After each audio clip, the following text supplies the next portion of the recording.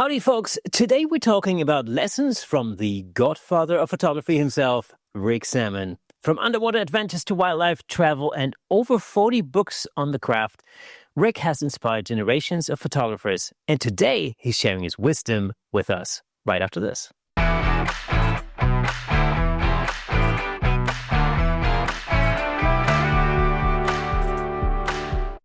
Welcome to Camera Shake, where we bring you the insider scoop on all things photography and videography, giving you a unique opportunity to stay ahead of the curve. And hey, if you haven't already, make sure you sign up to the Camera Shake mailing list over at www.camerashakepodcast.com. We've got some awesome stuff coming up soon, so make sure you get your name down on that list ASAP. Now, without further ado, let's give it up for today's special guest, Canon Explorer of Light, educator, author, fellow musician, and yes, the Godfather of Photography, Rick Sammon himself. Rick, man, it's an absolute pleasure to have you on the show. Well, thank you. I didn't know you were a musician. What do you play? I play guitar. Oh, Yeah. What kind of music do you like?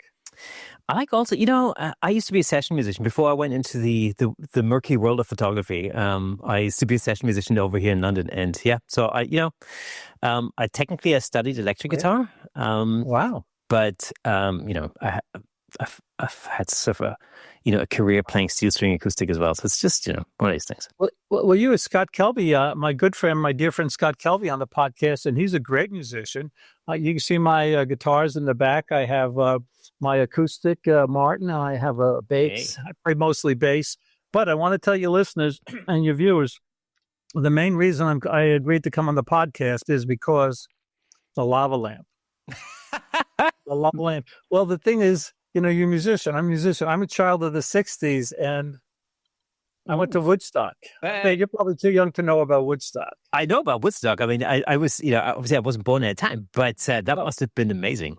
I was there. We went in my Volkswagen bus. We had I think we had fun. From what I can remember. Well, little I can remember. Yeah, well, then it must have been good. It was good. It was good. But sir, all kidding aside, thanks so much for having me on the show. I love doing this. I love sharing. I've written a few books and have more than 60 classes on Kelby One. It's obviously anybody who's into photography will have come across your classes or your books. You've been doing this for a long time, but I was really surprised to read that you actually started with underwater photography. How did that happen? Oh, well, it's a long story. I'll try to make it short. I was the editor of a magazine in 1978 called Studio Photography Magazine. And I did a story on this photo lab in Texas. And I flew from New York to Texas. And it turns out the guy in Texas was the head of this marine conservation organization called CDAM International. And it stood for conservation, as an acronym for Conservation, Education, Diving, Archaeology, and Museums. So he liked the story that I did. This is before I scuba dived or did any underwater photography in 1978. He said, would you like to be the editor of our newsletter? I said, well, what is involved? He said, well, you have to learn how to scuba dive. You have to learn how to take underwater pictures. And basically, we'll send you around the world, documenting CDAM International's activities. So he said yes. And so I was then after that, I became the president. He asked me to be the president of the organization. So from 1980, I think, till about 2000, I was the president of CDAM International. And we collected fishes in Fiji, Australia, the Red Sea, brought them back alive to the New York Aquarium. We mapped shipwrecks all around the world. We mapped coral reefs in Belize, Central America.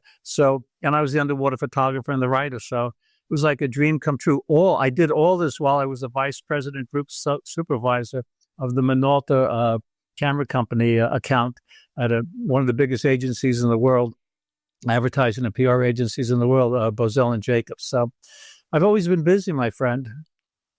Underwater photography is one of these things that's always fascinated me. I've had a guest on not too long ago, and we were talking about underwater photography. And purely from a technical perspective, this is an entirely technical question.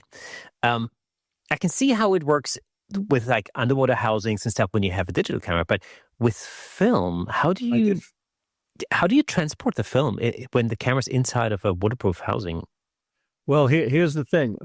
Well, it's you put your digital, you put your film camera in there, your SLR in there, right? Yeah. And you only got 36 shots per roll. So you'd go down, take 30, and we used, you're too young to know this expression, I'm sure, but we use the BLH rule for underwater photography all the time. And the BLH rule is bracket like hell, because we shot slide film, right? Which has, as you know, a very small exposure latitude, unlike print film. And by the way, I shoot digital today like I used to shoot slide film, try to expose for the highlights. Anyway, my wife and I would go down. I'd have a wide angle lens on one camera. She'd have the macro lens, and we'd switch off. So on a dive, we got 72 pictures, where today people can get 700 pictures on a dive. Yeah, I mean, it must have been even more difficult to actually operate the camera, though, like especially with the silver. No, it's not. They have the buttons and the dials. I mean, it's pretty easy. And actually, there was an SLR. Nikon made a film camera, the underwater camera called a Nikon RS, which actually operated exactly like an SLR. It had all the dials on the outside. But the thing with underwater photography is you had the camera, you had the two flashes, and in underwater photography, everything is going to flood eventually. So we go to Fiji, you have to take 4 cameras, and you have to take 2 housings, because everything's going to flood. You have to go into knowing, no matter how careful you are. Do you still dabble in underwater photography? Is it still a thing you do? Well, after doing it for 20 years, I had enough pictures of a clownfish and sharks and whales. And we were in Lombok, Indonesia, scuba diving, and I came up, and we went by this school, and all these school children came out, and they were so friendly, and I was having so much fun photographing them. Right then and there, I said, I'm going to switch to photographing people. And that's now, I tell people jokingly that my specialty is not specializing, because I do like to do it all. But when it comes down to it, I love that connection. I love going to places like Sri Lanka and Myanmar, where you can't go to anymore, by the way, those 2 places, because it's too dangerous, or wherever, India, Nepal, Mexico, wherever. I love photographing Cuba. I love photographing people. It's an interesting thing because, looking at, at your, the range of books that you've written, and the Kelby classes, and all the stuff that you've, put out there on, on the internet, for example. Yeah. It's really interesting to see the breadth of photographic interest that you have. Because I'm saying this because you often hear people say, like, oh, you got to specialize in a thing and get really good at that. But in your case, it's the exact opposite. Well, for me, it works. I have a friend, I have very good friends. I don't know if you know them, Jonathan and Angela Scott. They call the Big Cat People. He was the host of a TV show a while ago called The Big Cat Diaries. You can look it up. Jonathan Scott is the nicest guy. Anyway, they photograph big cats. They photograph on safari. They specialize in that, and it works for them. But I'm a big believer in what I call photo cross training. What you learn in one area, you could apply to another. It's the same thing with cross training, for your body, right? Every day I go for a walk in the morning, then I go for a row in the pond here. If it's frozen, I use my rowing machine here, and I go for like an hour and a half bike ride every day. So I'm trying to exercise everything. So I'm around for my son for as long as possible.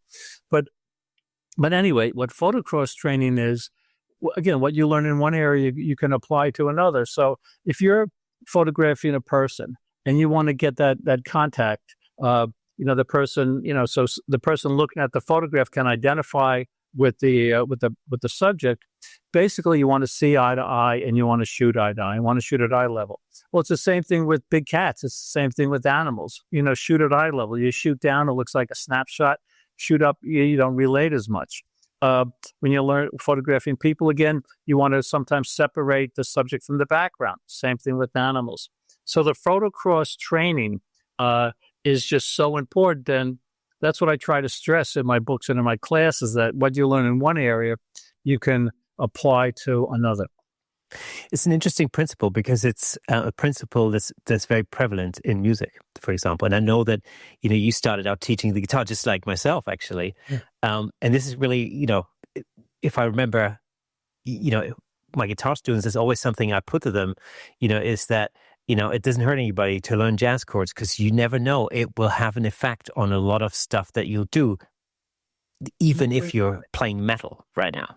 It's an excellent point. Yeah, it's the same. It's the same thing. It's exactly the same thing with music. My favorite music is jazz, and I don't know if you know Chick Corea. He's an amazing was an amazing keyboard artist, and what I learned from him is the changes and how you don't have to stay in the same key, and yeah, I think the cross training in life is just a good thing too.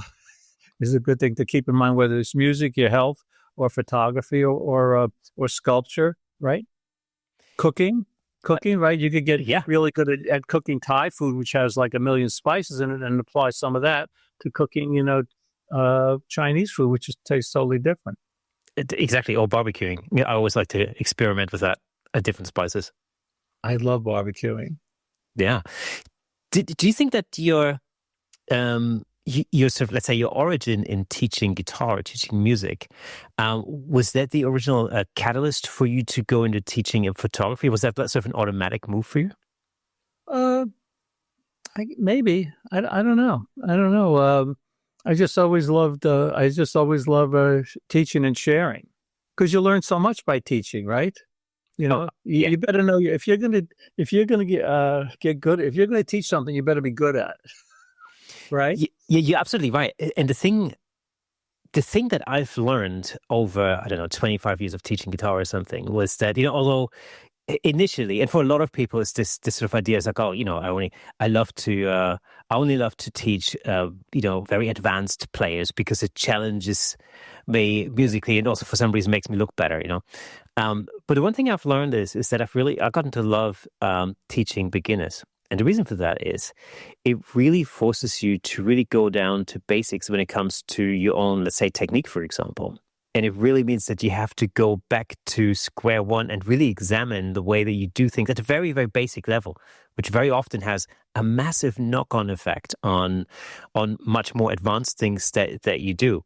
Just sorting out those basics can really allow you to excel in many other areas. Absolutely. And I think you go back to the basics, and sometimes you have to remind yourself of the basics. And I also want to teach, and I never assume. You never assume someone knows something, and I think that's good. But I think teaching keeps you fresh. Like I do these live. Kelby One has these live conferences, and people ask you questions during the conference. Then you answer them afterward, and if you don't know the answer, well, you could look it up on ChatGPT. Well, nowadays, yeah, which is which has changed everything, right? Yeah, I mean, it has changed everything. It's how do you what's your sort of what's your attitude towards AI in general?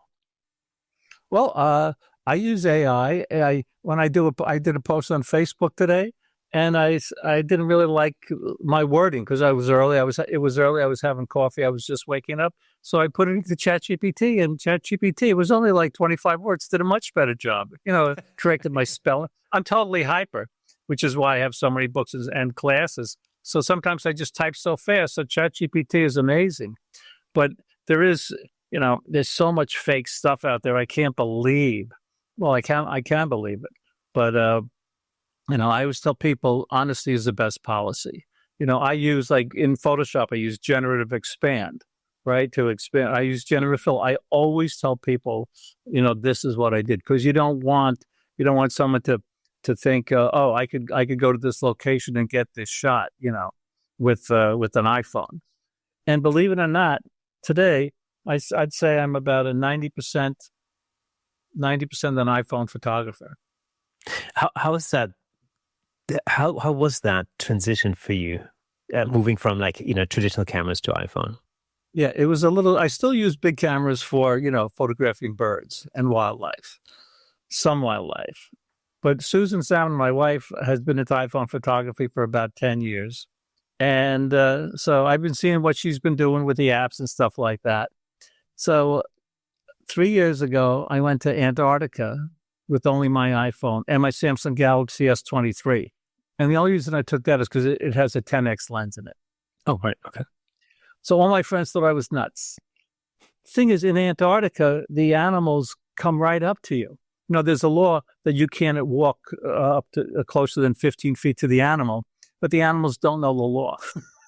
So they come right up to you. And plus, all the blue ice, you know, is just spectacular. So my friends thought I was crazy. I got amazing pictures. Then I went to Tanzania on a wildlife safari with only my iPhone and the Samsung Galaxy S23.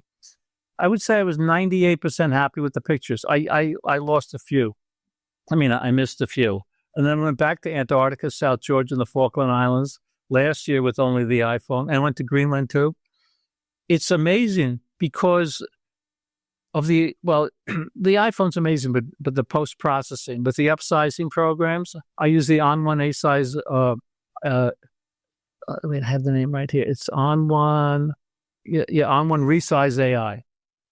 This could resize up to 400%, right? So even upsizing the Samsung Galaxy, which has a 10x lens, which is a 240 millimeter lens, if you just did it twice, it's a 480 millimeter lens.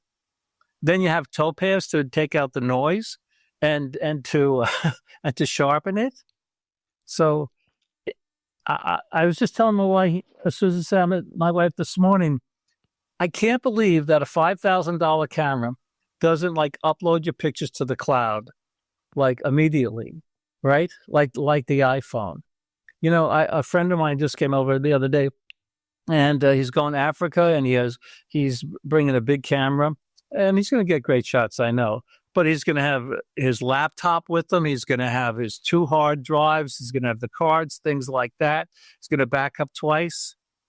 I'm just traveling now with my iPhone and my iPad. And I'll tell you something, I'll share something else with you. We talked about the Kelby live conferences. Every year they have a iPhone conference, landscape conference, which is coming up in December. I'm presenting there.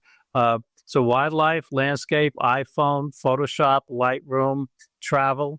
Guess what the most popular conference is? iPhone. Wow. Okay. That's phenomenal. Yeah. Oh, it's amazing. It's amazing because there's so much you could do. And the apps, like Snapseed is an awesome app. Distressed FX is an awesome app. What you can do with the apps is just mind-boggling. There's sometimes you could, like Lightroom has great black and white presets, and you could do nice black and white in Photoshop too. But there's an app for the iPhone called a Dramatic Black and White, and this Dramatic Black and White app is just knockout. It's just knockout, and it's all sliders. So it's also a lot of fun, and I think it's freeing. When I said that before that I like photographing people. When you're photographing with a mirrorless camera, digital SLR, you're like hiding behind the camera like this and blah, blah, blah. And then you have to take it down, you look. So you're separated from the subject. With the iPhone, you're never separated. So you're more in the moment when you're photographing people. Also in landscapes, I think you're more in the moment. So I think the being more in the moment and having the bigger view actually has made me a better photographer. And I found since I've been shooting with the iPhone, I'm shooting wider. And sometimes shooting wider helps to tell more of a story. I absolutely agree with you that, mainstream manufacturers like the Nikons and the Canons of our time are really missing a trick when it comes to connectivity. Now, I've said this millions of times, actually. If I was Mr. Nikon or Mr. Canon, I think what I would do is I would create a camera that still has all the advantages of, like, you can still use all the beautiful glass and all that kind of stuff, right? Right. But I would make a back that just clicks in an iPhone. Yeah. Because then you've got the big screen and you've got all the connectivity and all of, all the stuff that you described earlier, like, the immediate connectivity to the cloud and all that kind of stuff. The ability to, like, you saving the thing not on a memory card, but on the iPhone, so you can use it immediately in Lightroom Mobile or any of that kind of stuff. Yeah. And all it takes is, you know, like in the olden days when you had a film, like a different film back for camera. That's actually And the motor drive, right? And a motor drive. How easy would it be? Well, about 10 years ago, this company had these Wi-Fi cards that you put it in. Yeah. That talk to your phone. And Canon does have, an app where where your camera can talk to the phone. But then you have to go from the phone to there. Yeah. Just put it on a site. Yeah. I mean, and the search function, I mentioned Antarctica. I could go on my search, as you probably know, and don't know if all your viewers know it who use an iPhone. Just go on the search. I could type in Antarctica. I could type in penguins. I could type in leopard seals, and I get all the pictures. The finding system too is amazing. Hey, let me just jump in real quick to tell you about the amazing sponsor of this episode, Platypod. Platypod offers innovative camera support systems designed to unleash your creativity. With their stable, versatile, and portable solutions, you can capture stunning shots like never before. And I'm not just saying that. As the host of the Camera Shake podcast, I can personally vouch for Platypod's incredible products. They've become an integral part of the show. In fact, I'm surrounded by various Platypod products holding up lights, cameras, microphones, and so on. It's really helped to transform the way I make the show and the way I shoot at home, in the studio, and on location. But don't just take my word for it. Explore Platypod's website at www.platypod.com to discover their range of products, including the Platypod Extreme, Platypod tripod heads, and the brand new handle, of course. Make sure to follow Platypod on Instagram and Facebook at Platypod Tripods for exclusive updates, tips, and giveaways. By choosing Platypod, you're not only investing in your photography, but you're also supporting the Camera Shake Photography podcast. Thanks again to Platypod, our amazing sponsor. Platypod, where innovation never sleeps. Exactly. I mean, this is the thing. Like, I use this on the iPhone all the time. The search function is incredible. You could search for a particular thing, and even if that thing, like let's say if I search for, I don't know, dog. Strangely, I often search for pictures of my dog. So I'll type in dog. Not only will it find all the images of my dog, it will also find any image where the word dog, D-O-G, is spelled out anywhere as part of, I don't know, I was going to say as part of recipe. It's probably, probably not, but in a second, right? Yeah. Or a couple of seconds. No, it's so much fun. And, you still have to know how to use it, right? You have to know, you shoot raw files, right? Adobe just came out, not just came out. I don't know if you heard about it, Project Indigo. They have this new camera app called Project Indigo, and it has these super resolution lenses in it. It has a 0.5x, a 1x, a 2x, a 5x, and a 10x. And the 2x and the 10x are super resolution. Now, to get the super resolution, it's taken a series of pictures. So this is not a 10x. Might sound good. Oh, I could do great wildlife with this. You can't, because it's going to be all blurry. But for stationary subjects, and this has all the controls, that you would want. Your shutter speed, your aperture, your color temperature. And there's a bunch of apps that do that. But I think with the new iPhone now that's coming out, I think it's going to be available in a few days from when we're recording this. It's going to have an 8x lens. So you put that 8x lens into one of these upsizing programs, and you have a 16x lens. Yeah, it's pretty phenomenal. I mean, I'm in awe when I look at Russell Preston Brown, for example, where he does with his. In fact, I was lucky enough to be on a shoot with him in London a few months ago, and it was super interesting to see what he does and how he does it. And I think I always say to myself, so for me, I love film photography, and film to me is that little, that hobby almost, the thing that I do to get away from the day job, and I love experimenting with it, and I love it because it's challenging for me and all the rest of it. But I always think that for anybody out there, even if you haven't, used your iPhone, because everybody's got an iPhone or a Samsung or an Android phone, a smartphone in their pocket nowadays. I don't know, many people are still running around with a flip phone, for example. Just challenge yourself and go out there and try and see what you can do. Well, Well, I mentioned I go bike riding every day. I always have my phone, and I think it's the phone's made me a better photographer because I'm always like looking. I'm looking for the light. I'm looking for subjects. I'm looking for fun stuff. I'm looking to tell a story. It's just so much fun. Exactly. I mean, this is exactly the same experience that I have with my old film Music. cameras. Because the thing is, like, I take an old Mamiya camera with me, for instance, to do some street photography. Let's say in London. It's medium format film. It's got 12 shots on a roll of film. Well, 11 and a half. Yeah. Because the first one always screws up. And so it's a challenge. It slows the process down. I've just spoken about this on this podcast many times, but it slows the process down, and literally I have to slow down, take a beat, take that time, and really think about what photo I'm creating at that moment. Is so different from digital photography, where you just you're in a hyperdrive and you come back with 2,000 images. Well, I think the expression is spray and pray, right? You just shoot all over and you pray you get something. And I see a lot of people do that. On that note, I have what I call my one picture promise. And I talk about this probably in a lot of my Kelby One classes because it's so important. And my one picture promise is this. The promise is that if you're in a situation, and this, what you just said reminded me of it. He said, what you just said, yeah, to remind me. So my promise is this: if you're in a situation and if you say to yourself, if I could only take one picture based on composition, lighting, subject, background, foreground, if I could only take one picture, what would that one picture be? You ask yourself that. I promise you, and I do promise you'll get a higher percentage of creative pictures and fewer outtakes. And you don't have to download 1 million pictures.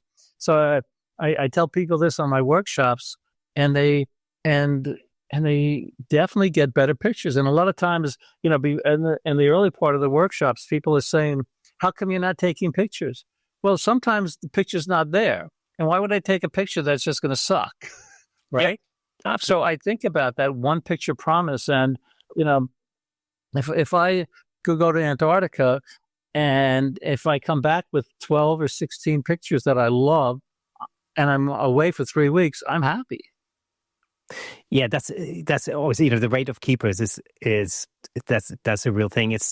I had a chat with, I remember I had a conversation with Nina Welch Kling, a New York-based street photographer, and the conversation. What I wanted to know was like how do you create this amazing body of work that she's got, all these amazing images of New York City scenes and all these people and these amazing. It's just incredible because when I go out into London, which arguably is a city that can yield some interesting photography, I never come back with anything that looks anything like that, And so I said there, like, how do you do it? Like, you have, your exhibitions, your books, like, you have such a large body of work. Like, how do you do? What's the magic sauce? And she goes, like, I feel exactly the same way. When I go out, I come back, I shot 4,000 pictures or whatever, one keeper, if I'm lucky, right? Yeah. I just do it every day.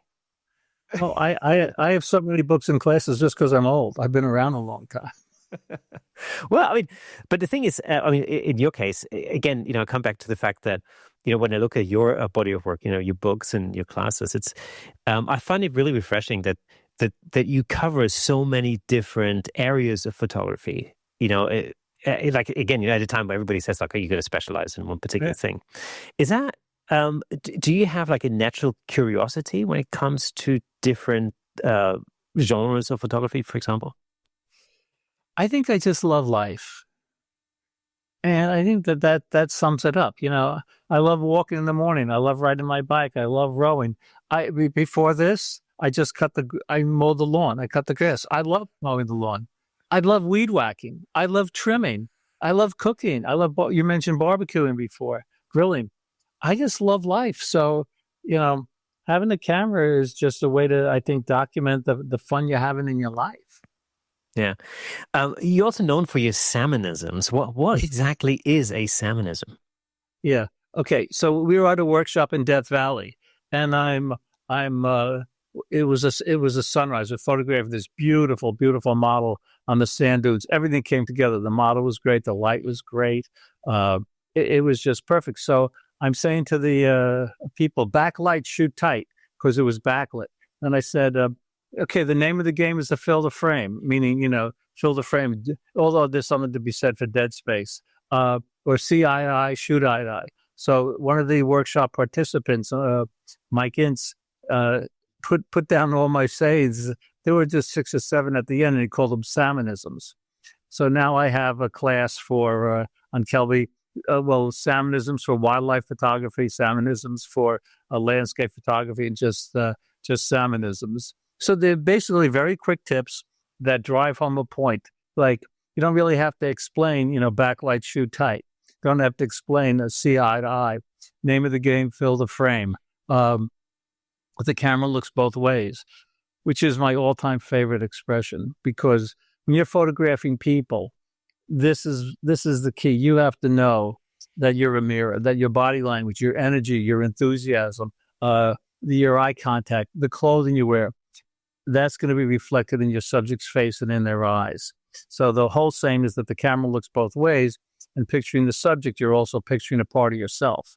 So you look at my pictures, you could tell how I was feeling when I was taking most of those people pictures. But this also has to do with landscape photography. I look at portfolios, and if I see someone just has, beautiful landscape pictures, I say maybe they're not, an extrovert like I am. Maybe they just want to be alone and things like so. That your pictures say a lot about you.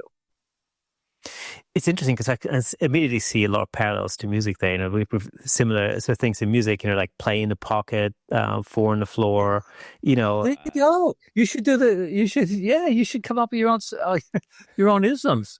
Yeah, exactly. Play in the pocket is a good one. I love that one.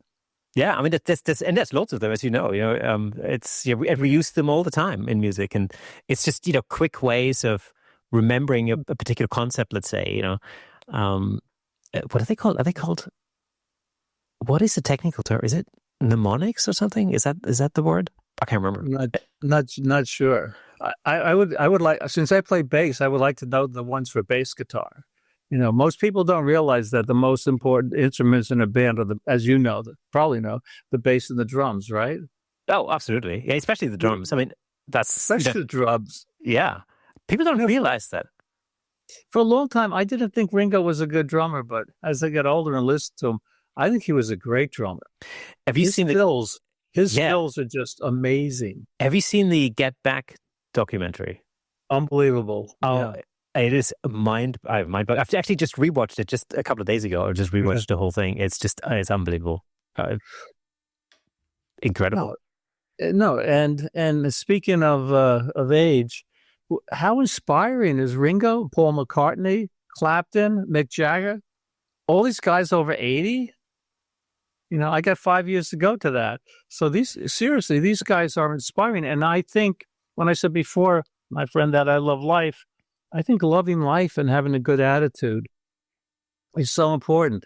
It's such a beautiful fall day here in New York. I mean, it's beyond beautiful this morning. The leaves are starting to change.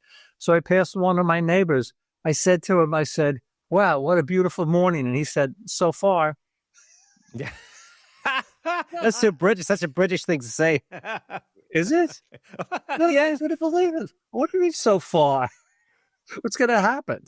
Yeah, it's so this is the thing. This is the thing I love about the Brits. I'm not from around here, but I've lived here for nearly 30 years. It's I love that sort of what's the word? I love that attitude, because every time you ask somebody over here, it's like, how are you doing? How's it going? Yeah. The standard answer is not too bad. It's not too bad. Well, I mean, even on a great day, like, hey, how's it going, man? Not too bad. Not too bad. That's it. Wow. Well, I feel I try to be a positive person and a positive influence on people. I think the older you get, that's more and more important. We talked about teaching before, that you teach guitar. We're all teachers in everything we do. We have a 34-year-old son, and we were his main teachers for a long time. Oh, absolutely. And, and often, you're a teacher and a student at the same time. I found this, with teaching guitar. I've learned so much from my students. It's unreal. And likewise, actually in photography, I very often learn things from people that I teach. And I love that, somebody throws like a curveball question and you go, Yeah. hang on. Or somebody does something like in guitar playing, somebody comes in and they do a particular thing, like a technique or something, you go, Yeah. what? Yeah. That's interesting.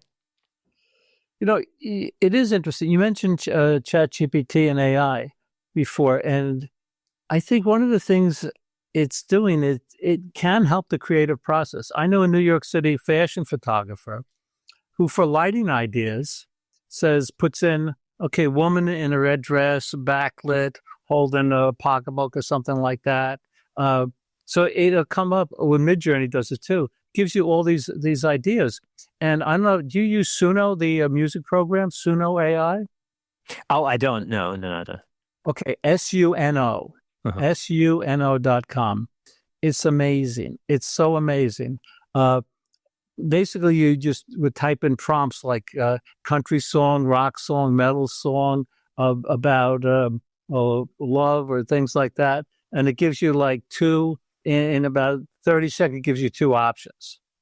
So, and I use it and it's fun. So we know someone who's a backseat driver in our neighborhood. Every time we go out, what a backseat driver. Yeah.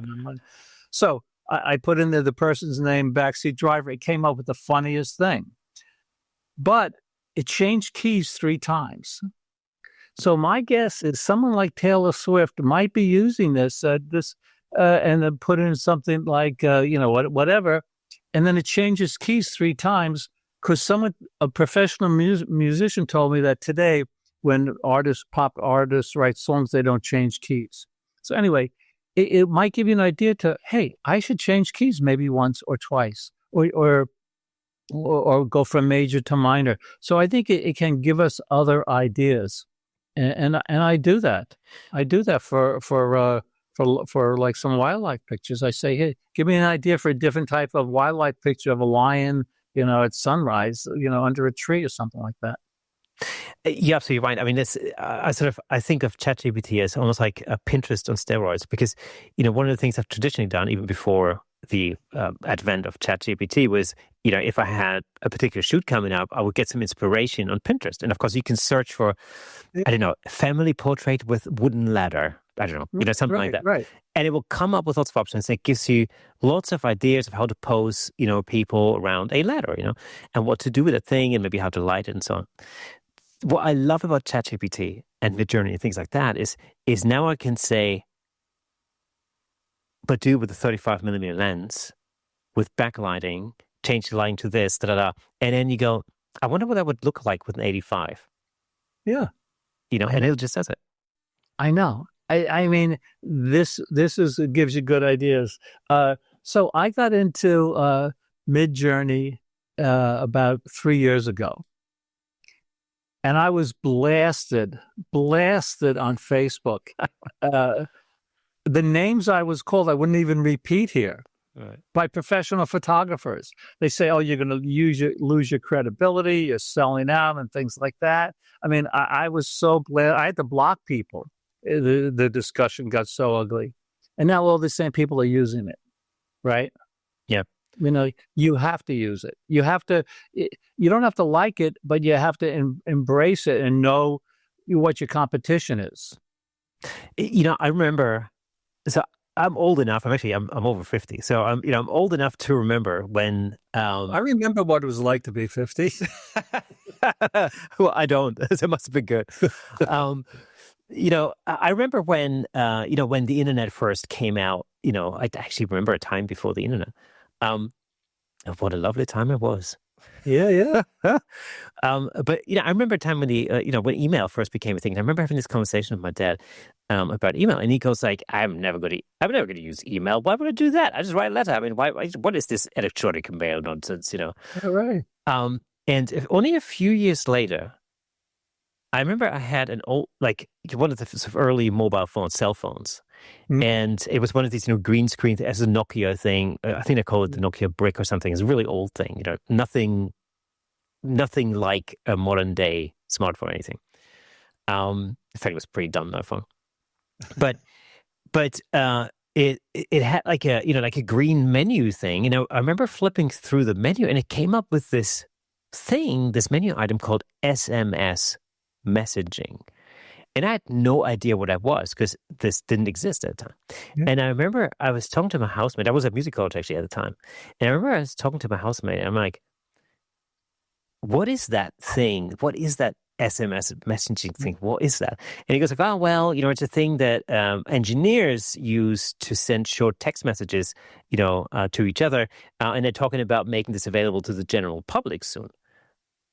And I remember thinking, what's the point in that? That's never going to catch on. Yeah. Never. I know. Why would I do that? I could just call somebody and talk to them. Like, why would I send them? Back then it was 3 letters per key. Right. Like, Yeah. why? I remember that. Well, yeah. You have to. I know a lot of people who didn't embrace digital or didn't embrace AI, and they're hurting. It's, I mean, in my opinion, has always been, with something as groundbreaking as AI, really your only chances. I mean, actually, no, you don't have to embrace it. In actual fact, if you want to carry on shooting film, yeah, beautiful. Nobody's forcing you. It's not like there isn't the camera police that says like you have to use AI or shoot digital or whatever. If film is if that's your jam, yeah, beautiful. Go for it. But if you're a food photographer, you have to know what you're up against. My wife used to work with food photographers who would make this was like 30 years ago, $5,000 to $7,000 a day. Yeah. And they didn't work that hard. Plus they had a stylist they paid, and then someone else was there.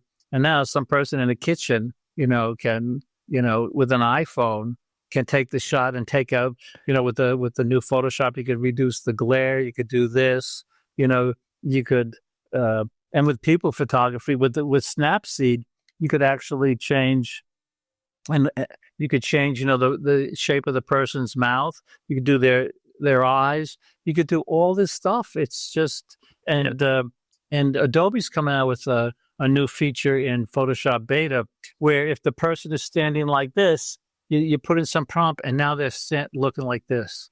Now it's moving so fast. I can't believe how fast it's moving. It is. It's unbelievable. And you're right. From a commercial perspective, there's no way around it, because one thing I always say is, when I'm behind the camera, I'm making money. When I'm in front of the screen, I'm losing money. It's I like it. That could be like a Sammonism. Yeah, because true. The longer you spend editing, really, the lower your hourly rate is for this particular job, if you break it down like that, Yeah. And a good example would be that only last week I shot, I think I did 3 or 4 event shoots last week, all requiring a large number of images with a lot of editing. And one particular shoot, which was like a graduation shoot, if it hadn't been for the ability in Adobe, or in Lightroom actually now, to fix the background, for example, and to extend the background using generative AI. This job, which probably took me all in all, let's say 2 or 3 hours, let's say 3 hours to complete, it would have, only a year or two ago, it would have taken days. It literally would have taken days, and it would have taken me out the field, because I would have to, I'd have to sit in front of the computer and edit rather than being out there shooting.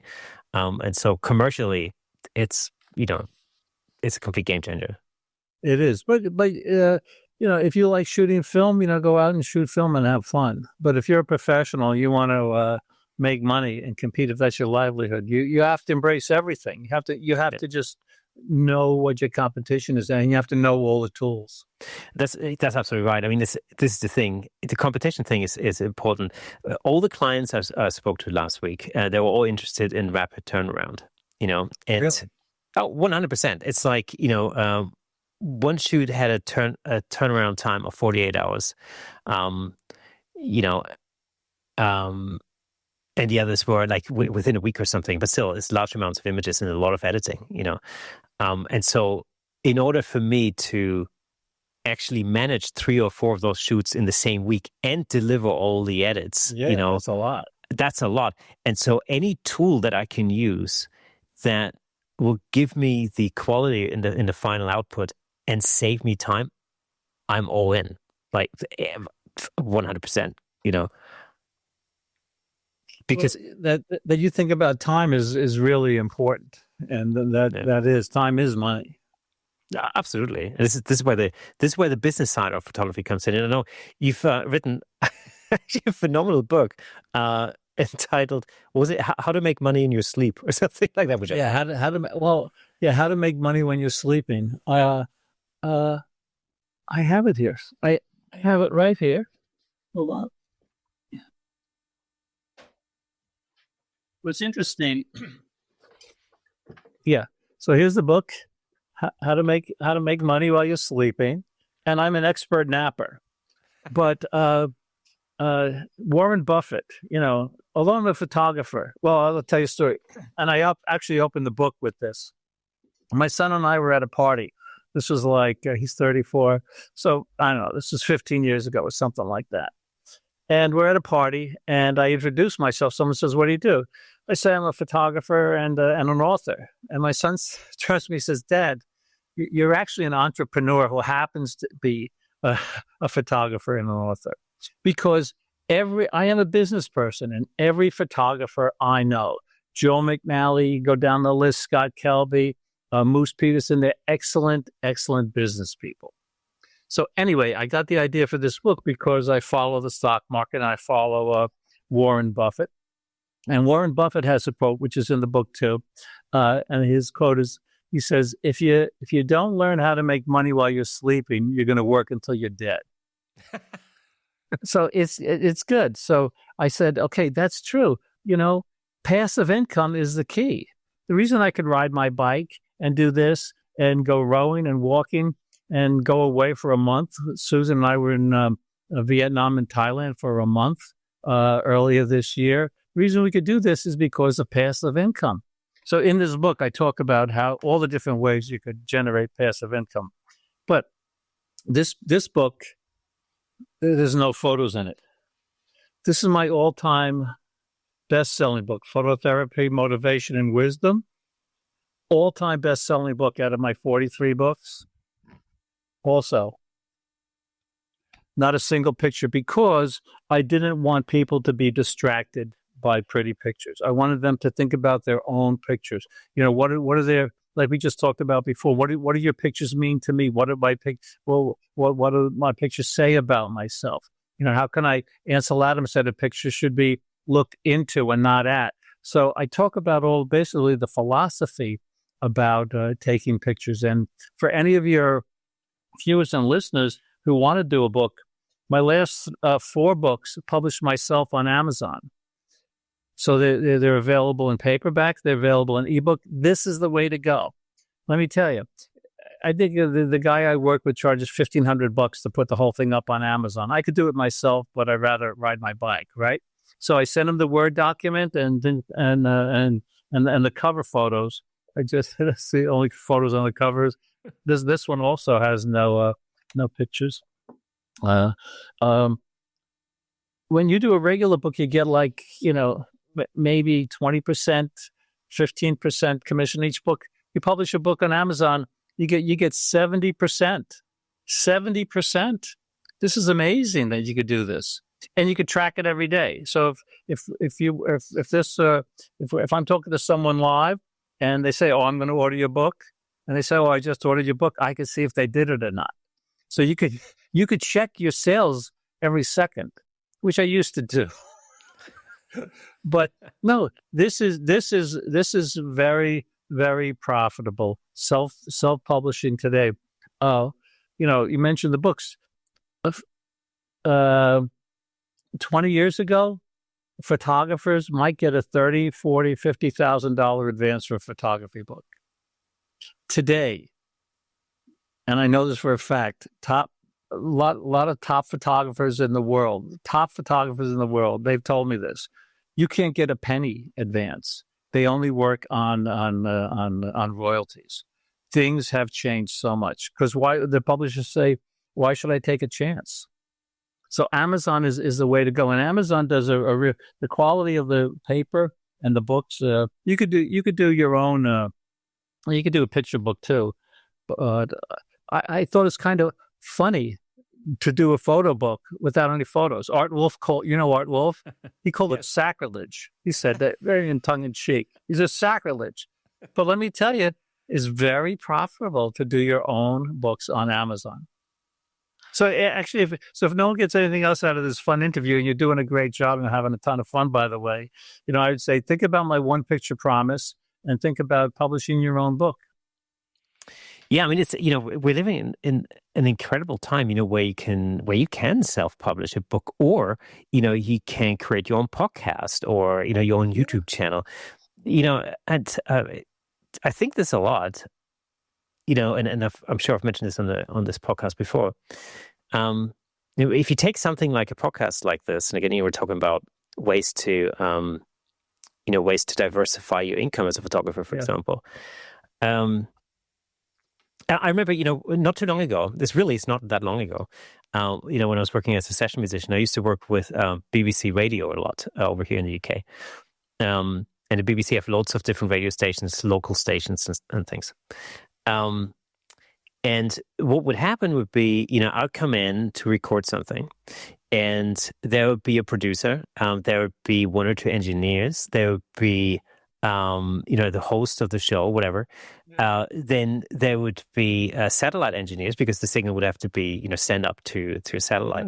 And the way they used to do it at the BBC, interestingly enough, for some weird reason, you would record in the studio, and then the signal would go out to a broadcasting van, which would be parked in the backyard, that would basically, with a massive satellite dish, and would basically pipe all this stuff up to the satellite, so that people could listen to the show. All of these people that were necessary back then. When you do something like a podcast today, you can do it all by yourself. Yeah. I mean, I'm literally sitting in my living room. I know. In front of a computer. We're having a live conversation on from two different ends of the planet. Yeah. And we're making a show which would have been complete on audio and video, which would have been completely impossible only 20 years ago, And good quality. And good quality, right? Yeah. I could see on Ecamm, I could see every gray hair sticking out here. It's absolutely, it's incredible, And I remember when I was a kid, I used to have I used to run around with a camcorder, like a Video 8 camcorder back in those days. Yeah. VHS-C and, all these different formats. VHS-C, right? Yeah. Do you remember those? The quality of, by modern standards, it was shocking. But just the fact that you could have your own TV camera, basically, and make your own little movie back in those days was just mind-blowing just the same. The only caveat I always put on it, it's great that we have the technology and the internet and all that kind of stuff that we can do these things. The only caveat I always, this is the bit of advice I always give to people when they ask me about this, is that just be aware that back in the day, you had a producer whose job it was to be a producer. You had an engineer who was very good at doing that engineering, right? You had a host who was a professional in hosting a show. The problem that you have today is that you have to be good at all of these things. You have to be good at presenting. You have to be good at the technology. You have to be good at the engineering. You have to be good at all of that kind of stuff. And so, as a photographer, this is of my own view, as a photographer now in 2025, it's just not enough to just be good at taking pictures. Exactly. You have to diversify. You have to be good at everything.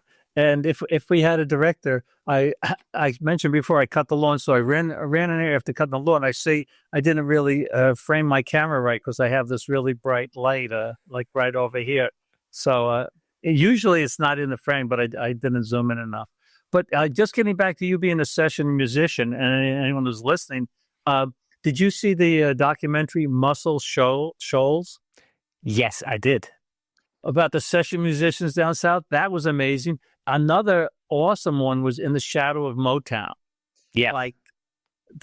these guys, the Funk Brothers, no one ever heard of the Funk Brothers when I was growing up in the 60s. And they played on Martha Reeves and the Vandellas and Smokey Robinson. Yeah. They did everything. I never got paid nothing. I got paid hardly anything. Well, I'll tell you a story. I spent 6 months studying with Bernard Purdie, the session drummer, Bernard Purdie, the inventor of the Purdie Shuffle, basically. So that guy used to be on all the like old Motown records and all that kind of stuff. Yeah. I don't know. I mean, his portfolio is thousands of records, and it was super interesting because I used to go to a school called MI, the Musicians Institute. It's a well-known school in Hollywood, and at the time they set up a subsidiary in London. And so Bernard Purdie would fly in every week to teach a class in London, and his class was I can't remember, it was sessions and arrangements or something. And the class after 6 months finished with a day in the studio with Bernard Purdie acting as the producer. And he basically acted as a producer. This was in the mid-90s. But he basically produced a session in the same way that they used to do it back in the 60s. And wow. Even like for our standards back then, that was hardcore. Because I remember, I was playing this funk band. We'd written, a couple of tracks and, arranged them and stuff. And we played through it live, of course. There was no overdubbing, because that was just fancy stuff, So, everything was recorded live. We played through the thing halfway through, I can see him go, stop, stop, stop, stop, stop. And we're all like, oh, shoot. What is he going to say? We're in trouble. And he comes in, never having heard that song before, a relatively complicated funk track. Mm-hmm. He sits down behind the drum kit, puts his little sign on. He has this sign that he puts on. He counts us in and he plays through the whole track, note perfect. Wow. The whole thing. And then he basically puts his sticks down, looks at the drummer and he goes, that's how I want you to do it. And he just goes out. And that's it. And of course, the world standing going, what the heck? But it was a different quality of wow, of players. That's a great story. Yeah, it was unbelievable. It was very different. Even when I was active as a session musician, which of course the world has changed again unrecognizably now. But it was just different. That was a different generation of players for sure. Yeah, it definitely was. Maybe I'm like a session photographer. I try to do it all. Like you're a session musician. You better be able to know how to play, like you said, funk and rock and blues and metal and everything, right?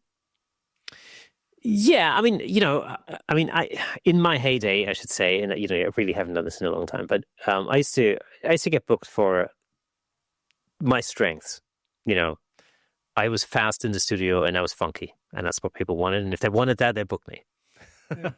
Yeah, I wouldn't get booked for, I don't know, fast and funky. You're the fast and funky guy, like Fast, Furious. You're fast and funky. I was fast and funky, and I had a 7-string guitar, so I managed to do. You did. Yeah, I used to do. So my jam was I used to do a lot of funk bass lines, slap bass lines on the 7-string with a low B string, and so I could imitate, let's say, funky grooves on the guitar, and I think that. London was very hot on R&B and so funk orientated kind of commercial music at the time. It just seemed to work, back then. That's very different now. It's completely different now. It's not. Well, you mentioned the school you went to. I went to Berklee College of Music in Boston. So that's where I fell in love with, Chick Corea and Gary Burton on vibes and Al Di Meola, John LaPonte, all these great jazz musicians. That's just had an influence. But I think everything in life and everything's connected. I'm sure you know about and your viewers know about the butterfly effect. Basically, people think about butterfly flutters in Australia. It affects you here. I think everything we do affects everything we do and affects other people too. And especially things like, music and photography, I think are really interrelated. This is when I go back to Germany, where my family live, and I have lots of friends and things. One of especially people that know me from childhood, often say like, I can't believe you changed careers. Like, I know you as Kate, a musician. Like how did you get into photography? And to me, that question is always slightly strange because ultimately to me, it's sort of the same thing. It's just a different version of the same thing. It's an outlet, right? Yeah. Right. Rick, it's been an absolute pleasure having you on the show. I really want to thank you so much. You did a great job. I can see why you have Scott Kelby and all these great photographers on your show. I wish you a lot of luck. And maybe we could do this again sometime. And thank you. You did a great job. You're very warm. And talk about the camera looks both ways. I think this works like on podcasts too. You project this good, easy, flowing feeling. So I felt that. So it was definitely a ton of fun being here. Okay, folks, that is it for today. What an absolute privilege having Rick Sammon on the show. A deep dive into creativity, photography, wisdom, and a career that's inspired photographers all around the globe. And as always, before we go, let me just recommend another episode that I think you'll love. Check out episode 266, where we talk about how collaboration can transform your photography with Mark Wallace. Packed with tips you can put into action right away. If you enjoy our content, consider supporting us on buymeacoffee.com/camerashake. It really does mean the world to us and helps us keep creating more existing or exciting episodes for you. I really have no idea why I keep saying us. It's really just me. So, there you go. Anyway, don't forget, head over to www.camerashakepodcast.com and sign up to the mailing list over there. We've got some incredible stuff coming up very soon, so you'll know about it first. So make sure you put your name on the list there. For those of you listening to the audio version, did you know that there's a fully fledged video version over on YouTube with plenty of examples of our guest photography in full Technicolor? Well, you should by now because I keep mentioning it all the time. So just search for Camera Shake Podcast on YouTube and you can watch all past episodes on there. And if you're already on YouTube, drop us a comment, hit the like button, ring the bell, and share with your friends. Your engagement helps us reach a wider audience all over the world. So remember, a new episode comes out every Thursday. Until then, keep shooting, keep shaking things up in the world of photography, and I'll see you next Thursday.